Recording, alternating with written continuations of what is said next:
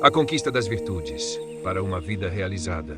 Páginas 65 a 71. Francisco Faus. A ordem no tempo. A desordem no planejamento dos horários, o deixar-se levar pela inércia ou pela agitação no uso do tempo, acaba comprometendo valores e interferindo nos deveres. Alguém já disse que o tempo é flexível como borracha. O mesmo tempo rende 2 vezes mais nas mãos de uma pessoa organizada do que nas de alguém confuso e desordenado em seus horários.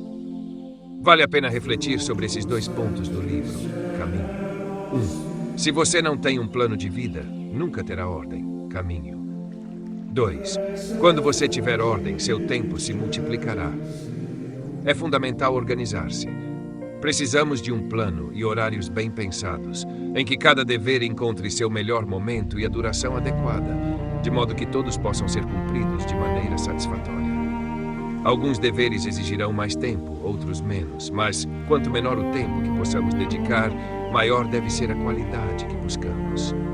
A pessoa que realmente deseja atingir essa harmonia consegue alcançar o equilíbrio, pois a ordem no aproveitamento do tempo depende mais da sinceridade de propósito, ou seja, do eu realmente quero, do que da mera habilidade técnica de organização. Além disso, é preciso sempre ter fortaleza para vencer a preguiça, superar o cansaço e lidar com os próprios caprichos. 1. A ordem defensiva. Há pessoas que fazem da ordem uma armadura de defesa pessoal. São muito organizadas e aproveitam bem o tempo. No entanto, seu esquema é intocável. Elas criaram para si uma espécie de trilho de aço pelo qual deslizam mecanicamente, sem tolerar que nada nem ninguém interfira em seus planos, tão egoístas e cômodos. A ordem, para essas pessoas, é uma barricada defensiva para uma vida mais tranquila. Não me interrompam, não me perturbem, não mexam comigo, não estão vendo que estou ocupado. 2. A ordem oblativa, planejada para servir. Em contraste com a ordem defensiva, temos a ordem oblativa, que se doa, que se oferece. É uma organização do tempo pensada para nos permitir dedicar mais e melhor ao que realmente importa. Ideais, deveres e o bem dos outros. Pessoas com grandes ideais e coração generoso buscam praticar esse tipo de ordem, pois desejam fazer o melhor, especialmente quando oferecem seu trabalho a Deus e se dedicar cada vez mais aos outros. Assim, quando surge, fora do planejamento, a oportunidade de realizar algo de maior valor para Deus ou para o próximo, a alma generosa não hesita.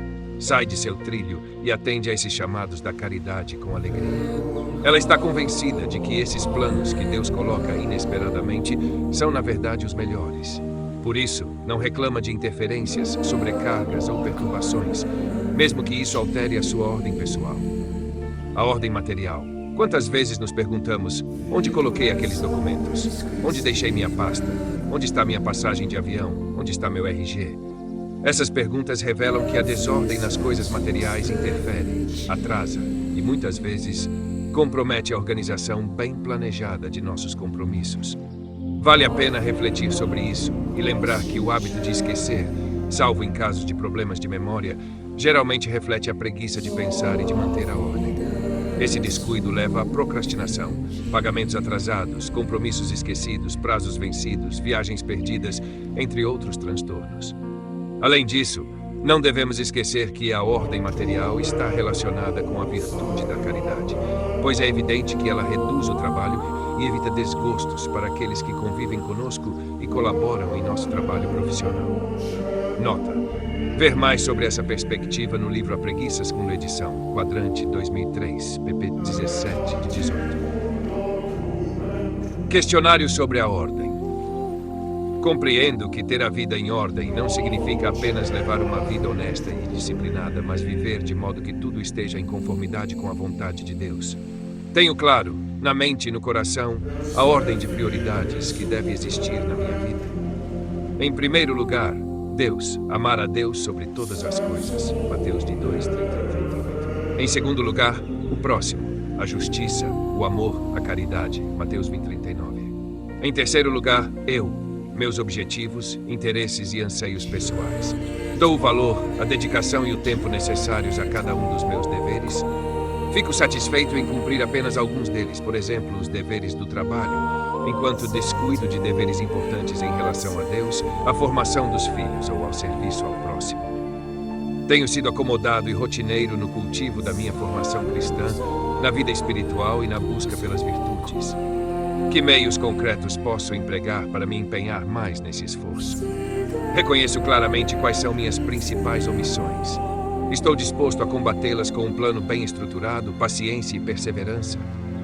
Perco tempo por desorganização, por falta de reflexão, deixando de lado alguns deveres importantes enquanto me ocupo de questões secundárias.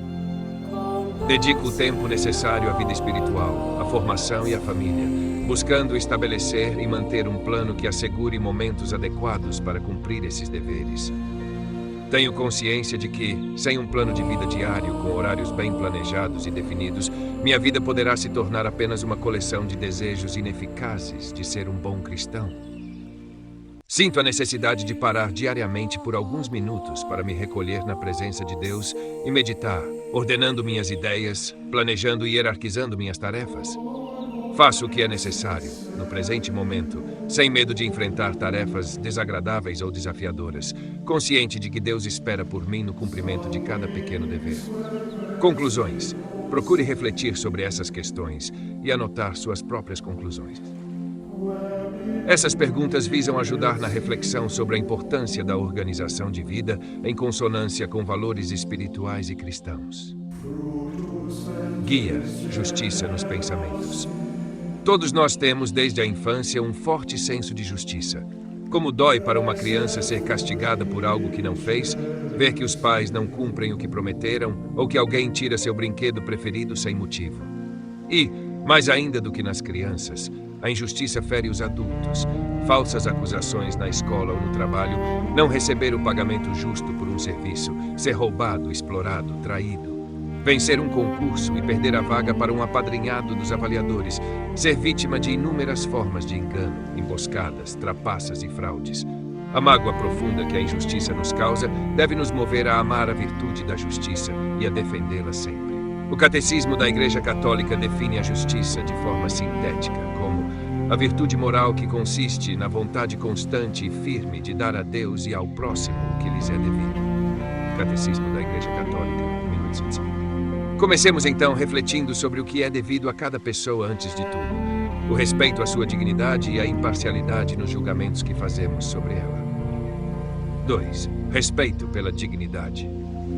Todo ser humano merece profundo respeito por ser criado à imagem de Deus, criatura e filho de Deus, especialmente se, pelo batismo, recebeu a graça da adoção filial como filho de Deus, João 12. Por ser portador de uma alma espiritual e imortal desde a concepção, porque é alguém por quem Cristo morreu e que está destinado à bem-aventurança eterna. Sefer Catecismo da Igreja Católica, 1702, 1705, livro Coríntios 5, 14 e 15. Uma forma dolorosa de desrespeito é o desprezo. Cristo condena veementemente o desprezo com que alguns fariseus orgulhosos olhavam os outros. Eles confiavam em si mesmos, como se fossem justos, e desprezavam os demais. E quanto a nós, zombamos dos outros, caçoamos, ridicularizamos, tiramos sarro das limitações deles, como dificuldades físicas, gagueira, estrabismo, etc. Apenas para provocar risadas. Já preparamos armadilhas para que outras pessoas caíssem no ridículo? Ou pior ainda, desprezamos a falta de conhecimento intelectual, profissional ou social de alguém, a sua falta de cultura? E pior ainda, discriminamos por motivos de religião, raça, idade, sexo, entre outros. Deus não despreza ninguém. Cuidado para não desprezar um só destes pequeninos, disse Jesus. Se fizermos alguém se sentir desprezado, pecamos contra a justiça, ferindo o direito ao respeito que todos os filhos de Deus possuem, sem exceção. Esse guia nos convida a uma reflexão profunda sobre a prática da justiça e do respeito ao próximo em nossos pensamentos e atitudes. A Madre Teresa de Calcutá, um exemplo extraordinário de respeito e amor pelos mais rejeitados, dizia: a maior pobreza não é a falta de dinheiro ou a falta de pão e comida, mas, acima de tudo, uma fome terrível de reconhecimento da dignidade que cada um tem. Madre Teresa de Calcutá. Já foi dito que Madre Teresa e suas irmãs iam além do amor. Todo cristão deve amar o próximo ao ver nele a presença de Cristo. Tudo o que vocês fizeram a um destes meus irmãos foi a mim que o fizeram. Mas ninguém consegue amar sem primeiro respeitar. Primeiro vem a justiça, depois, muito acima dela, mas nunca sem ela, a caridade. Lembremos-nos da regra de ouro que Cristo nos deu. Tudo o que vocês querem que os outros lhes façam, façam também a eles. Pois essa é a lei e os profetas. Mateus 7. 3. Evitar os juízos temerários. O juízo temerário é julgar o próximo, atribuindo-lhe um erro, crime ou pecado, sem base suficiente. O Catecismo da Igreja Católica define assim o juízo temerário. Torna-se culpado de juízo temerário aquele que, mesmo tacitamente, ou seja, internamente, apenas em pensamento, admite como verdadeiro, sem base suficiente, um defeito moral no próximo. Catecismo da Igreja Católica, 10.407. Jesus que nos ensinou: não julguem e vocês não serão julgados, Lucas 7, repreendia com tristeza os que pensavam mal dele. Por que pensam o mal em seus corações? Mateus 9.4. Julgar sem base objetiva e comprovada é esquecer que apenas Deus vê o coração. Assim, colocamos-nos em uma posição que pertence somente a Ele. Madre Teresa dizia: por mais que vejamos os outros fazendo coisas que nos parecem erradas, não sabemos por que as fazem. É tocante o exemplo de outro santo dos nossos dias, São José Maria Escrivá. Durante a perseguição anticatólica na época da Guerra Civil Espanhola, quando, assim como milhares de outros padres, ele era perseguido, dizia aos que estavam refugiados com ele em uma pequena missão diplomática: em vez de nos apressarmos a julgar o nosso próximo, talvez até o condenando com dureza, precisamos pensar no que seria de nós se tivéssemos vivido nas mesmas circunstâncias daquela pessoa, se tivéssemos lido os mesmos livros que ela, sentido as mesmas paixões que a dominaram. Não basta o exemplo de Paulo, que depois de ser perseguidor dos cristãos, tornou-se exemplo para todos. Compreensão, portanto. Aquela pessoa que talvez desprezamos e condenamos em nosso íntimo, quem sabe, uma vez corrigida, purificada, transformada em trigo bom, pode vir a produzir frutos mais abundantes e melhores que os nossos. O homem que sabia perdoar, Edwin Dayá, Pepo 50 e 52. 4. Seguir o caminho indicado por Cristo. Essas reflexões sobre justiça e caridade nos convidam a ser o exemplo de Cristo no trato com os outros, sempre com respeito e compreensão.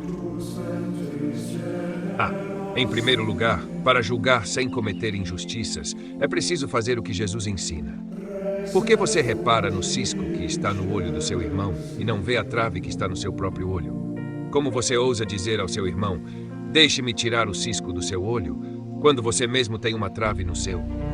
Hipócrita. Tire primeiro a trave do seu olho, e então você verá claramente para tirar o cisco do olho do seu irmão. Mateus 7.